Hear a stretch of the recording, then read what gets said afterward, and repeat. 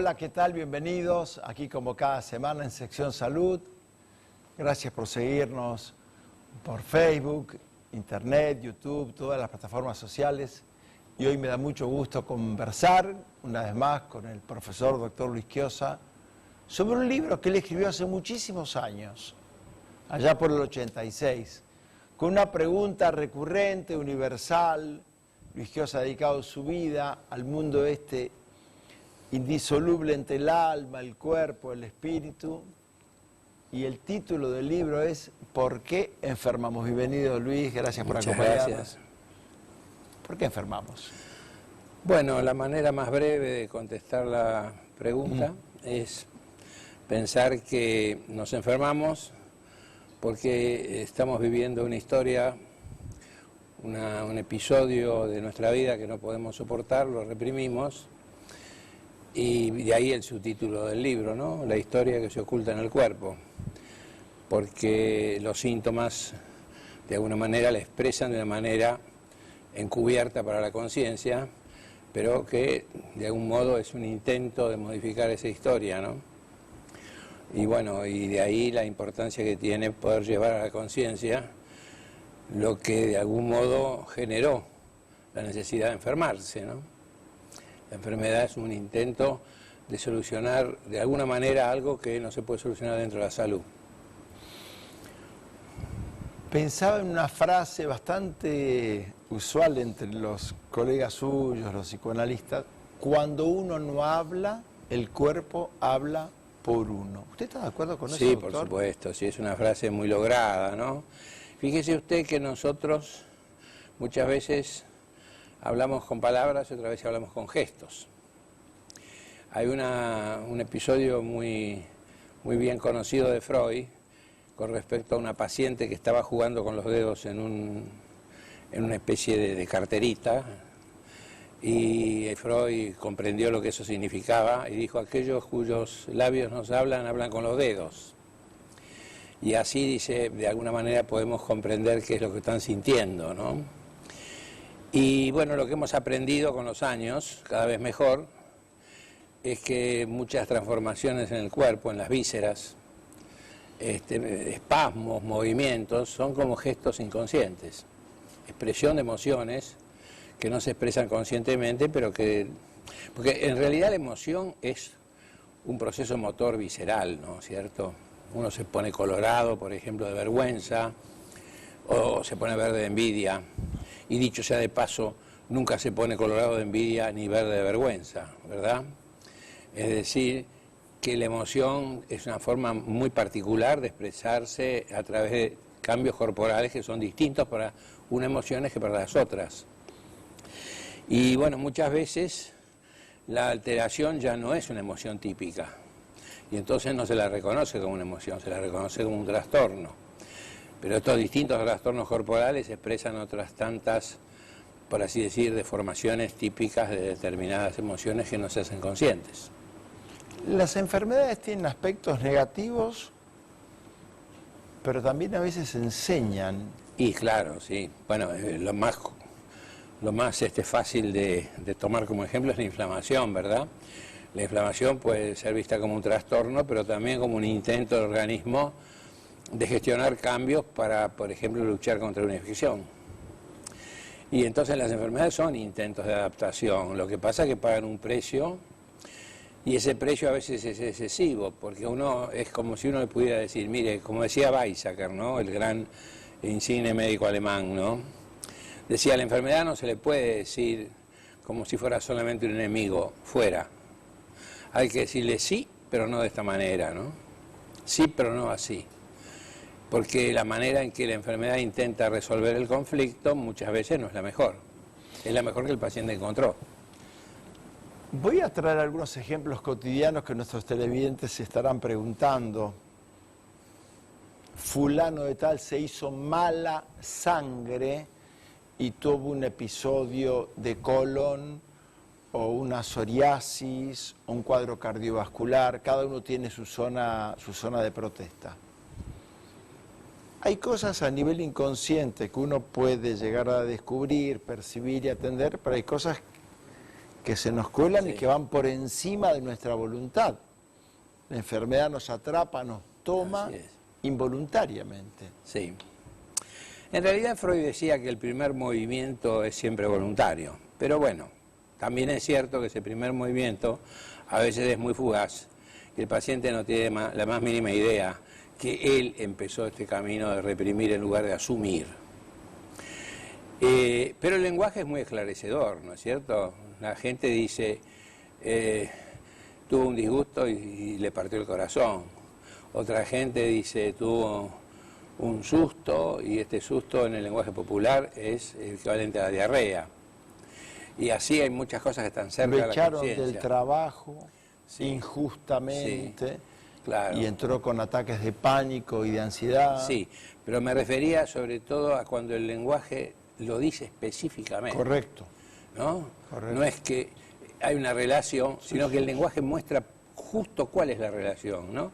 No es que el miedo parte el corazón. No, lo que parte el corazón es una ofensa. Se hizo encima.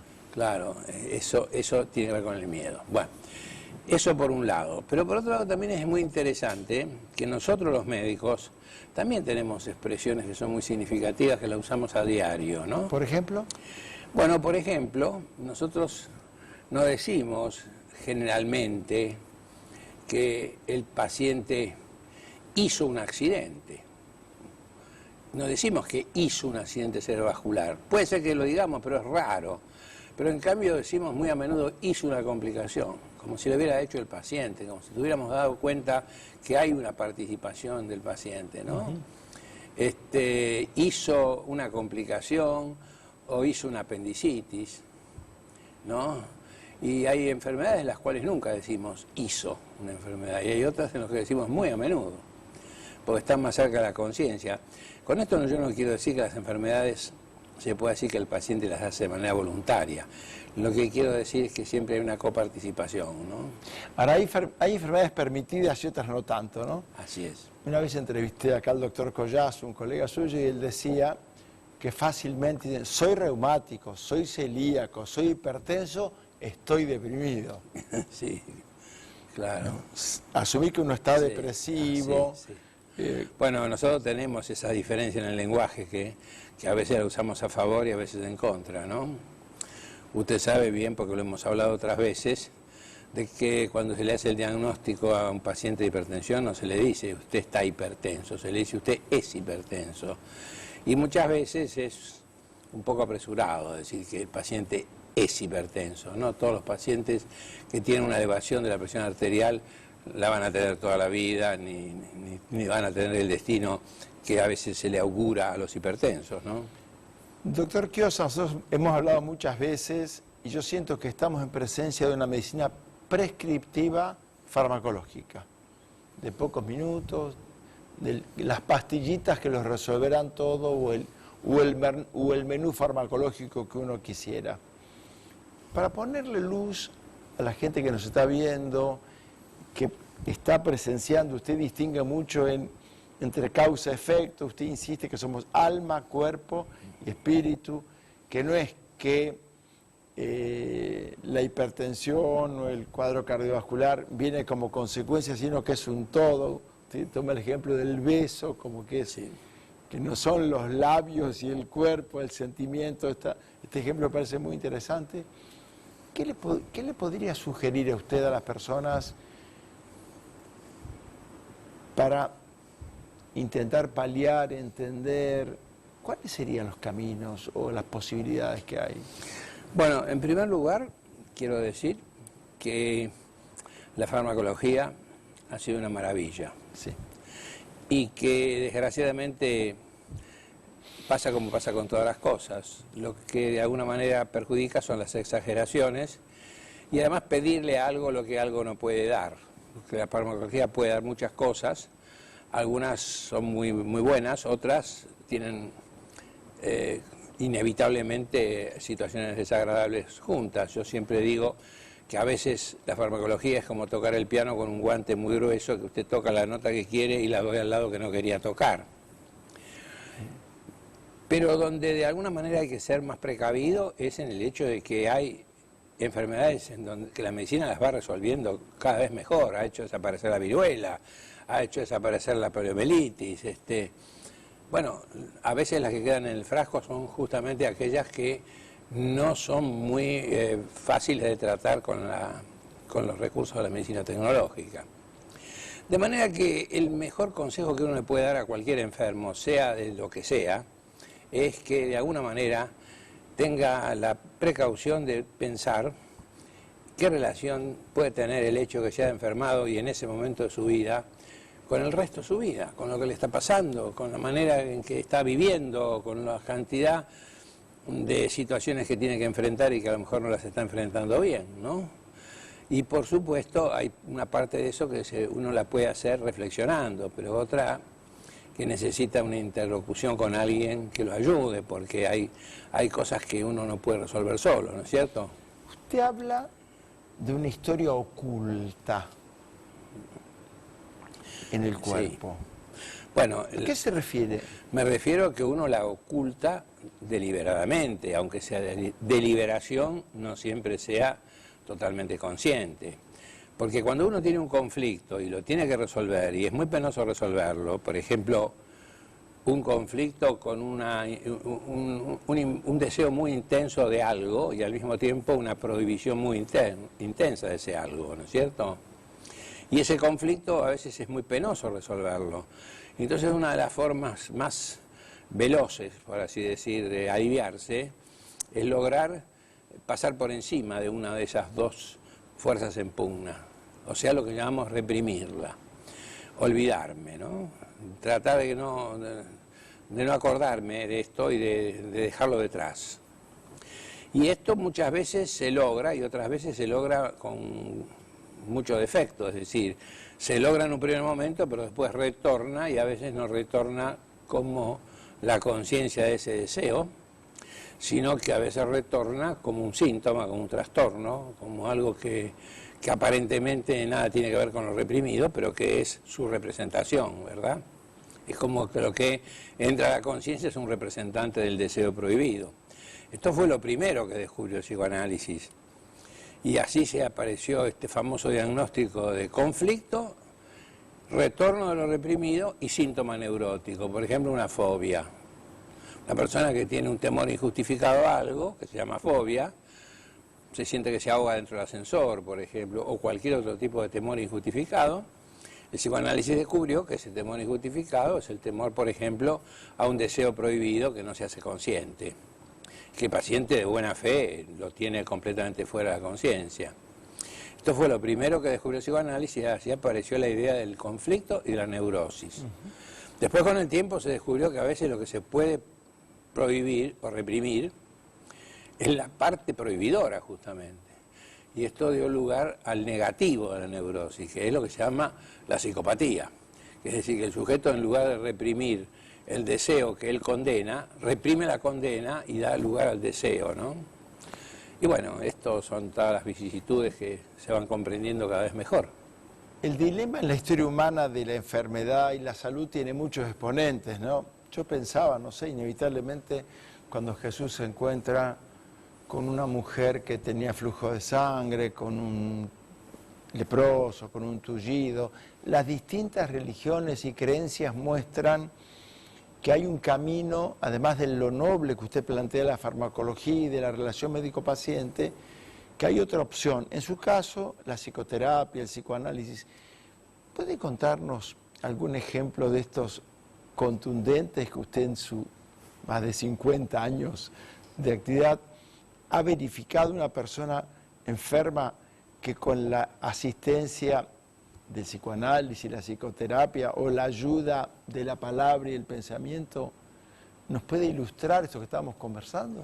Y sí, le puedo contar un caso muy curioso y muy representativo, doblemente interesante porque pertenece a mi práctica cuando yo todavía no me había recibido de médico. Tampoco había hecho mi formación psicoanalítica, pero ya tenía una inclinación a estudiar las cuestiones del psicoanálisis. Y yo era un practicante en la guardia del Hospital Argerich, poco tiempo antes de recibirme médico, y estaba también como practicante en la sala de clínica médica. y nos llegó una chica de San Luis con convulsiones que llevaba el diagnóstico de Corea. Y al día siguiente la internamos en la sala, y al día siguiente cuando la vio el jefe del reparto, que era el profesor Pantolini, dijo, no, esto no es una Corea, esto es una histeria, por una cantidad de cuestiones que hacen al diagnóstico diferencial. Y entonces le preguntamos, ¿y cuál es el tratamiento? Y en aquel entonces, estoy hablando muchos años atrás, imagínense, y dijo, y bueno, desgraciadamente el tratamiento de la histeria, lo único que disponemos es hacerle algún electroshock, a lo cual nosotros dijimos que éramos médicos, yo no médico, pero el médico del sector que era joven y yo que practicante, le dijimos, no nos deja probar con la psicoterapia. Y fue una cuestión muy audaz, pero en realidad lo hicimos porque sentíamos que no teníamos, no queríamos que el tratamiento fuera electroshock. Y empezamos a usar una técnica que habíamos aprendido en un libro de Blecher que se llamaba narcoanálisis, en donde le hacíamos amital sódico, que como usted sabe es un somnífero de tiempo muy rápido, lo hacíamos endovenoso y en el momento que ella comenzaba a dormirse le hacíamos la prueba de las asociaciones condicionadas de Jung para ver cuando nosotros decíamos una palabra y ella contestaba siempre a una palabra en cual había retraso y habría ahí un conflicto. Entonces con este método sacamos a la luz toda una conflictiva que ella había tenido con su hermano, con el novio, no la voy a contar ahora porque sería muy largo, con lo cual, en la medida en que ella lo hizo consciente, desapareció completamente estas convulsiones que además se expresaban en la dinámica de las convulsiones, estaba expresando el conflicto inconsciente que ella tenía, ¿no? Usted escribió un libro sobre el cáncer, ¿por qué a mí, por qué ahora? Y yo he leído de una experiencia similar a esta, para pasar a un ámbito más del mundo de lo somático, digamos, aunque esto también era un cuadro clínico en una internación hospitalaria. También experiencias muy positivas que usted ha vivido, creo que con una niña. Bueno, sí, justamente en la última edición que hicimos de ¿Por qué enfermamos?, en castellano, incluimos una experiencia que vivimos en Italia muy conmovedora, de una niña que tenía un sarcoma muy grave, del cual que había sido vista en consulta, inclusive desde Italia fue a París, y estudiamos la biografía de ella y vimos una cantidad de cosas que pudimos elaborar, y bueno, por suerte es uno de los pocos casos conocidos de que con un sarcoma tan grave se curó. Actualmente después se pudo operar, estuvo bien, y era realmente un caso desesperado que en París no querían ni operarlo, ¿verdad? Y bueno, actualmente es una joven que ha seguido muy bien su evolución y que se ha curado completamente. En general es muy difícil que cuando uno encuentra un paciente con un cáncer logre un efecto tan dramático, diríamos, porque el cáncer es una enfermedad que, en fin, por supuesto que hay cánceres que se curan con o sin psicoterapia, ¿verdad? Pero cuando hablamos de cánceres que ya están avanzados y que tienen un pronóstico malo, yo siempre digo que cuando un enfermo, desde el punto de vista somático, es un enfermo grave, que tiene un pronóstico muy incierto, cuando se lo comprende psicológicamente sigue siendo grave. Hay más chances, pero sigue siendo grave. Pero también hay más alivio, ¿no? Sí, hay una posibilidad, inclusive usted tiene muchas razones cuando dice que hay más alivio, porque cuando uno comprende muy bien y profundamente lo que la enfermedad significa, el enfermo en la evolución de la enfermedad tiene una mejor evolución y sufre menos. Por ejemplo, cuando necesitas quimioterapia la resiste mejor. En fin, hay una cantidad de... Se reformula también el sentido de la vida, el sentido del presente. Sí, y además hay que acordarse que la medicina no es solamente curar, también es aliviar o inclusive, diríamos, acompañar mejor el proceso de morir, ¿verdad? Primum non nocere, primero no dañar, ¿no? Eso A mí me sí, parece eso que es fundamental, esta necesidad de una atención balsámica, donde no esté centrado en la enfermedad, sino en el enfermo. A mí me parece que hay un gran Cierto. entusiasmo, doctor, corre por mi cuenta, por la enfermedad. Sí. Pero hay como una ausencia de una medicina con rostro humano. Claro, sí. Sí, bueno, porque claro, el mecanicismo ha llevado a grandes éxitos, pero tiene un poco a veces ese inconveniente, ¿no? Que el médico se encuentra con algo que funciona mal, pero ya no se olvida de que esto le está ocurriendo a alguien. El Y el abrazo. paciente pasa a ser el territorio donde el médico combate con la enfermedad y le dice al paciente, moleste lo menos posible, que yo estoy trabajando para usted, ¿no? Claro, y no pensaba en historias fantásticas como la de Patch Adams, este famoso médico americano que ha trabajado con la alegría, con el entusiasmo, desde otro abordaje. Es cierto. Yo he tenido la dicha de conocer esa clínica oncológica y la verdad, uno ve cómo cambia la perspectiva de la vida, cómo mientras estamos en esta tierra, decía el doctor Contreras en México, también hay pacientes que le dicen, tiene 8 meses, y al día se les queda una maceta en la cabeza, choca el taxímetro en el que va y la vida... Mire, a mí me ha pasado estar con colegas apiadándome de un paciente concreto, le estoy diciendo, y más de una vez, no un solo caso, apiadándome de un paciente por el hecho de que era un paciente que tenía un diagnóstico muy grave. El paciente todavía está vivo y el colega se murió. Claro. Luis, gracias por acompañarnos y ha tenido la generosidad Luis Quiosa de traernos de regalo este libro aquí a la producción del programa. Lo recomendamos, es muy inspirado. Este libro ha sido traducido al portugués, al inglés, al italiano. Ya son 27 años de vigencia, con una edición actualizada. Gracias, Luis, todo el éxito en este suceso editorial que usted tiene. Mi aprecio a Leopoldo Cules del Zorzal por su trabajo.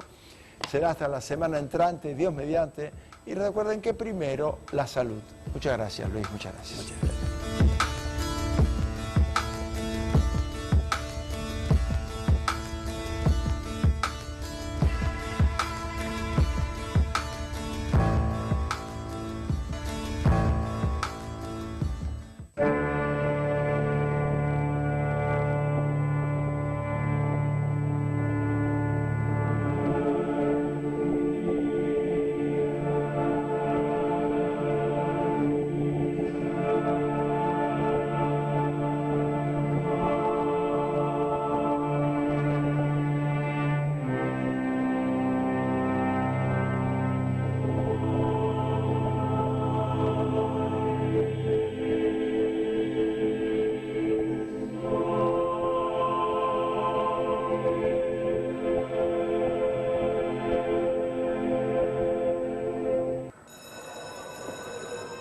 Last year, Sam found out that he had leukemia. At Reach for a Dream, we help children with life-threatening diseases to face their illnesses. Because children like Sam need courage and hope. And all the friends they can get.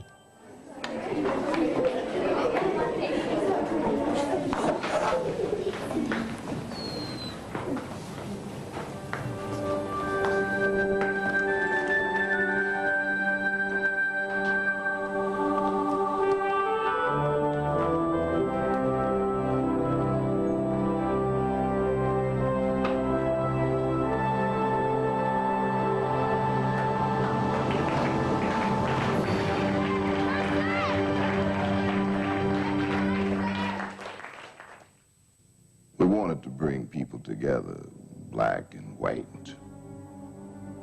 The road is long and hard, but I've been to that mountaintop, and I still have that dream. Een bijeenkomst van jonge fascisten op de televisie.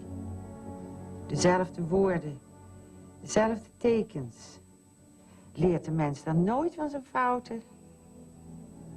Toch, lief dagboek, We blijf... change South Africa the best way possible. Even though we had the right to be angry. But let us not forget that we were in this struggle to kill the idea that one kind of man is superior to another. As humans is that we all inhabit this small planet. We all breathe the same air. and we all cherish our children's future. And we are all mortal.